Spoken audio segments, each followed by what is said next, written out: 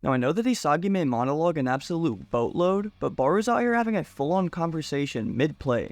He's just built different, I guess. Yo, what's going on everybody? It's Animasu, as always, bringing you guys another weekly chapter review. In today's video, I'm going to be giving you guys an in-depth analysis, some theories, and my opinions on chapter 227 of Blue Lock. If you guys enjoy these types of videos, please be sure to subscribe to the channel, comment on my videos, and even join the community Discord if that interests you. Thank you all so much for tuning in, and please enjoy the video. Those times were the best. I think I'm dreaming.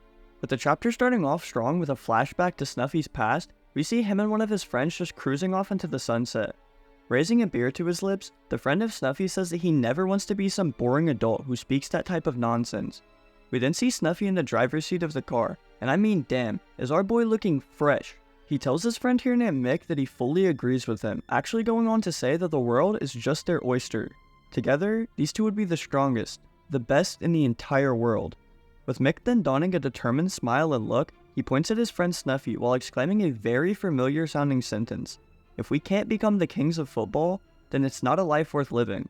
Not only does this man sound like Barou, but you guys have to agree with me, right? He could pass as his father as well.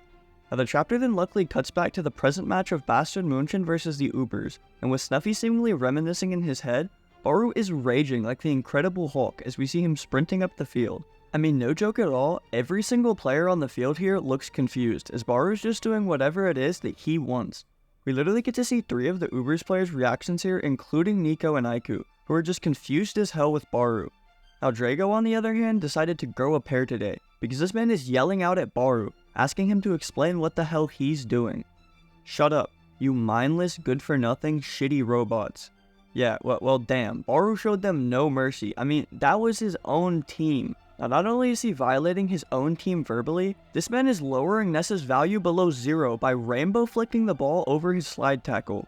Barou actually admits here that he planned to break down and crush this stupid team anyway from the moment that he teamed up with Snuffy. As Ness is staring up at him in horror as he's trapping the ball, Barou goes on to explain that all he wanted to learn from Snuffy was his techniques.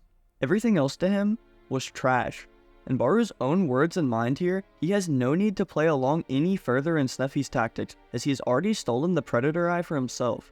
Now if you guys were in the same scenario as Barou here, would you be trying to break free and create your own system too, or would you rather just go along with the flow of things, even if it's costing you the spotlight? Anyways, the King of Ubers has the party chat going wild, as all of his own teammates are screaming out that he's insane. Now although their response is reasonable here, Bastard Munchen are looking to take full advantage of the situation. With Gagamaru pointing out that the Ubers are practically turning on one another, Raichi is actually screaming out to his teammates, with now being the perfect opportunity to steal the ball. As Kunigami and Grim are approaching Barou from his front, he decides to actually hit the brakes here, and assess his current situation. As he's doing this, Snuffy decides to try and reason with him, I guess, by asking Barou if he really wants to defy him this badly. Getting the obvious response from his pupil of, "You bet," Barou goes on to really emphasize to Snuffy the way he's feeling. "This team you've created, I want to burn it all to the ground." While then passing the ball away from him due to Grim approaching closer, Barou just straight up screams out at Snuffy here. He openly admits that the reason for him going rogue is because with Snuffy's stupid tactics, there's no way in hell that he can beat Isagi yoichi.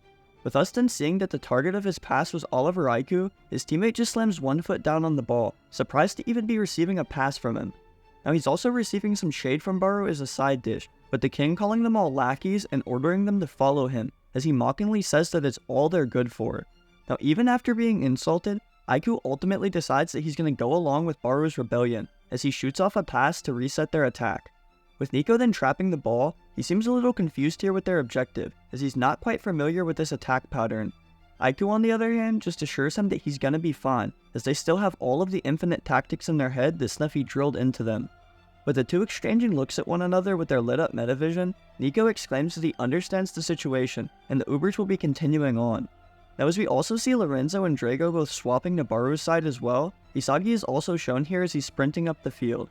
He seems absolutely thrilled here that the Ubers are changing attacking patterns once again, due to Barou's hijacking of their organized team. Now in this amazing next page, we get to see the new monster created from Barou's takeover, as the Ubers are working their way up the field under a new rule. With Nico, Aiku, and Lorenzo all swapping over to his side, Barou seems to have secured himself the much needed arms and legs from Snuffy's arsenal. Now, as to be expected due to all of the commotion, our poor man Ness is over here stressing as always, having no clue what the Ubers are doing. Funny enough though, Yukimiya on the other hand is being useful for once as he's yelling out for his team to prepare, with us also seeing Kaiser having a determined look. Now to continue this match's trend of straight up shit talk, Noah is actually pressing himself up against Snuffy while asking him how it feels. How it feels to get bit by his own little doggy for once. I mean, damn. So that's how Isagi's insults got so good. Noah's just a horrible influence on these kids. The weird thing is though, Snuffy just seems to be super unfazed by all of this, as he actually calls the situation awesome. I mean, even Noah is confused by this dude's scheming, as he just gives this man the most questionable side eye. Now Barou's Master Striker actually seems to love the outcome here, with him yelling out to the king to show them all what a damn brat can do. With us then seeing Barou sprinting in between Grim and Kuni, y'all have to let me know in the comments, have you ever met a D1 instigator like my man Snuffy here? I mean, this man goes even further to yell that Barou can just try and surpass him, using the Ubers that he created. Not only is Snuffy getting pumped up from this, he's actively attempting to get under Barou's skin to awaken that untamed potential inside of him.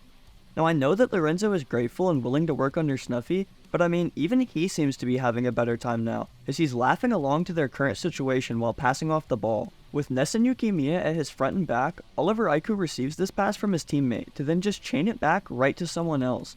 As this is going on however, Barou decides that Snuffy is not going to get the last word, as he further insults his own master. Telling Snuffy to shut his mouth, Barou mockingly says that his team may be elite, however it's only a paradise for the average and the mediocre. This is creating a problem for Barou apparently, because there isn't enough despair for me to thrive on.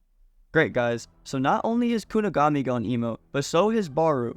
I mean, the Neo Egoist League might as well be an orientation for Hot Topic employees. He explains that back in the second selection when he lost to Isagi, he hit absolute rock bottom for himself. Due to the experience though, he was able to change and rise from the ashes as an even better and more twisted player. Now compared to that environment, Barou believes his current situation to be nothing more than lukewarm motivation, as he decides to just steal Rin's slang here I guess. With Barou continuing his sprint into position, he's thinking back on all the comfort that Snuffy has given them. He'll provide them with the best options. If they fail, it's all his responsibility. All of those trash assurances. A king cannot pursue a future where he'll be safe and coddled, as that would provide nothing more to his development. He believes that if Snuffy's going to promote all these hopeful ideas of becoming the world's best, then he'll just need to balance it out with equal amounts of despair. With us then seeing kids watching along to the game on their devices, Barou admits that he will be okay with being ridiculed by the world if he does end up failing here. Even as Nico passes the ball towards him, Barou is preaching his truth of despair and fear of failure being a necessary evil. Only by going beyond the risk of despair that could drive your life into madness can one truly obtain their ultimate glory. With the ball now being in his possession, the Uber's new ruler can only think about two things: hunt, kill. With even Gagamaru staring along in confusion, Snuffy encourages Barou to let himself lose complete control and just rage throughout the field however he wants. Now Isagi on the other hand has just assumed that Barou has gone completely off the rails, doing anything that he pleases. It's also a shocker to him that Barou's plan has been this the entire time, considering that Snuffy has done nothing but build up the player's worth. The thing that Isagi does realize here though, is that Barou is essentially forcing this entire field, friend and foe alike, to bend to his will and ideas. On this world-class stage, Barou is about to accomplish the very ideal that Isagi is striving for, as he then decides to chop the ball at a defender's front. Looking intensely with his metavision though, Isagi does not intend to let Barou accomplish his goal before him, as he says that there's no fucking way. With Barou pulling back to seemingly take his shot, thoughts forming all around Isagi's head as he's attempting to do everything in his power to defeat this tyrant. Now he's not the only person prepared however, because as Isagi arrives at Barou's front, so does none other than Michael Kaiser. In a very similar scene from the last game, the unintentional duo of Kaiser and Isagi have positioned themselves in the way of his shot, unwilling to lose to this rogue king. Now an interesting detail to note here as well, is Snuffy and Noah can be seen just under Kaiser's arm, which may be cluing us into the possible outcome here. Now anyways, in one of the most badass panels of Barou yet, we can literally see some steam coming out of this man's mouth, as he mockingly tells Isagi and Kaiser that it's about time they arrived. Not backing down however, Isagi is just glaring back with a metavision death stare, confident that he'll crush the king in their matchup. With this being the end of chapter 227, let's take a quick look at the title for 228. Son of a bitch. No, my bad, that's not what I'm calling you guys. Yeah, no, that's just actually the title of chapter 228. Now from just looking at the title, I have pretty much no clue what to think. However, I know it's in reference to either Isagi or Barou's direct words. These two men are the most foul-mouthed on the entire field, so that's just reading onto a base level here.